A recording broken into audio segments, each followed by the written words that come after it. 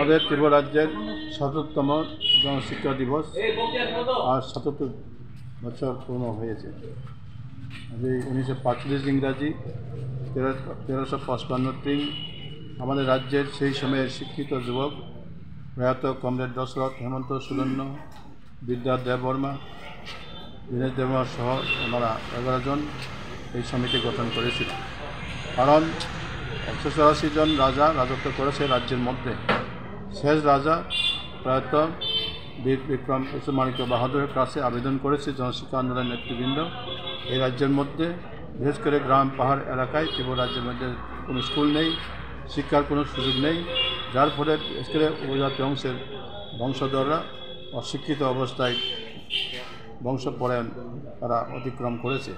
তার জন্যই সেই সময় শিক্ষিত যুবকরা সচেতন হয়ে এই সমিতি গঠন করে রাজার কাছে দাবি করেছে, চাই শিক্ষা, কাজে আপনি এই রাজার মানে ত্রিপুরা রাজ্যের রাজা, কাজে এই আমাদের যে প্রাইভেট স্কুলগুলো সরকারি করতে হবে।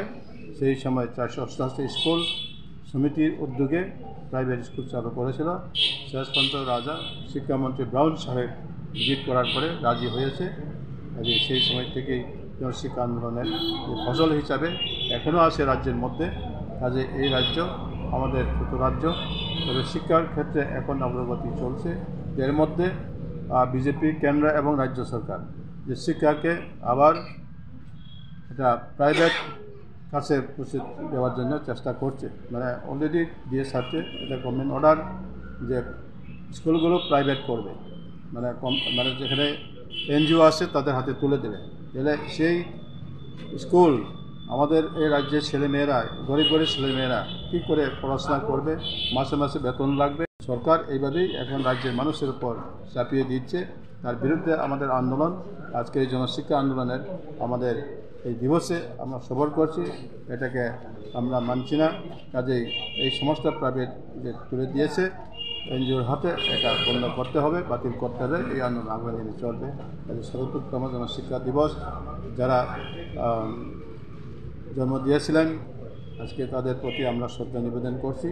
কাজে আমাদের যে ঐতিহাসিক দিবস, ওইটাকে সামনে রেখেই আমরা শিক্ষাসহ সমস্ত অংশের মানুষের গণতান্ত্রিক আন্দোলনের যে পথে আমরা আমাদের অধিকার আমরা আদায় করব, এই লক্ষ্যে আজকে আমরা এই খোয়াই জেলা অফিসে আমাদের নেতৃত্বের প্রতিকৃতির সামনে আমরা দিয়ে শ্রদ্ধা নিবেদন করছি। ৭৭তম জনশিক্ষা দিবস। ইনকলাব জিন্দাবাদ।